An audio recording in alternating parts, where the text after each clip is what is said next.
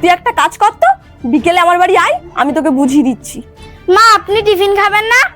না, এখন আমার খিদে নেই, তুমি এখন যাও তো।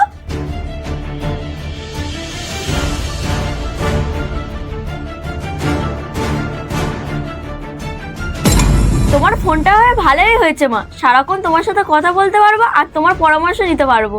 হ্যাঁ শোন, এবার থেকে তোকে যা যা বলবো তুই ঠিক তাই শুনেই চলবি, ওদেরকে বেশি লাই দিবি না। হ্যাঁ মা, এবার থেকে আমি তোমার কথা মতো চলবো। আমার শাশুড়িকে এবার আমি ঠিক জব্দ করব। আর শোন, জামাইয়ের থেকে কিছু কিছু টাকা নিয়ে তুই জমিয়ে রাখবি, ভবিষ্যতে তোর কাজে লাগবে। মা ঠাকুরজি তো পায়েস খেতে ভালোবাসে, একটু পায়েস করে দিলে ভালো হয় না? আরে হ্যাঁ রে মা, আমি তো ভুলেই গেছি, কিন্তু ঘরে তো দুধ নেই। মা ঘরে নেই তো কি হয়েছে, দোকানে তো আছে, দোকান থেকে নিয়ে আসুন। হ্যাঁ তুমি ঠিকই বলেছো। এমা তুই একটু বস, আমি দোকান থেকে ঝপ করে গিয়ে দুধ দিয়ে এনে পায়েসটা করে দিচ্ছি। ঠাকুরজি একটা কথা বলবো, কিছু মনে করবে না তো? না, কিছু মনে করবো না, বলো।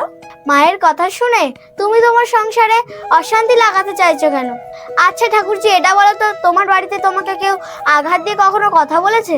সে সাহস ওদের কোথায় যে আমাকে আঘাত দিয়ে কথা বলবে? ঠাকুরজি তুমি এই জায়গাটাতেই ভুল করছো। ওরা তোমাকে আঘাত দিয়ে কথা বলেনি কেন জানো? কারণ ওদের বাড়ির তুমি বৌমা, তোমাকে ওরা মেয়ের মতন ভালোবাসে, তাই কোনো প্রকার তোমাকে আঘাত দিয়ে কখনো কথা বলেনি। আর তুমি মায়ের কথা শুনে সেই পরিবারে অশান্তি বাঁধাতে চাইছো, যে পরিবার কিনা তোমাকে ঘরের লক্ষ্মী মনে করে। ঠাকুরজি মায়ের কথা না শুনে তুমি তোমার মতন করে সংসার করো, এতে দেখবে তোমার সংসার খুব সুখের হবে। মিষ্টি, তুমি ঠিকই বলেছো গো। আমি মনে মনে বড় একটা ভুল সিদ্ধান্ত নিতে চলেছিলাম, তুমি আমার ভুলটা ভাঙিয়ে দিয়েছো গো।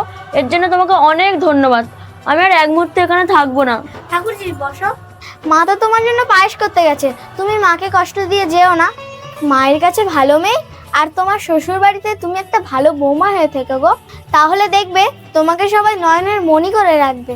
সত্যি মিষ্টি, তোমার মতো মেয়েকে যে আমার ভাই বিয়ে করেছে, এটা ভেবে আমার আনন্দে বুক ভরে যাচ্ছে।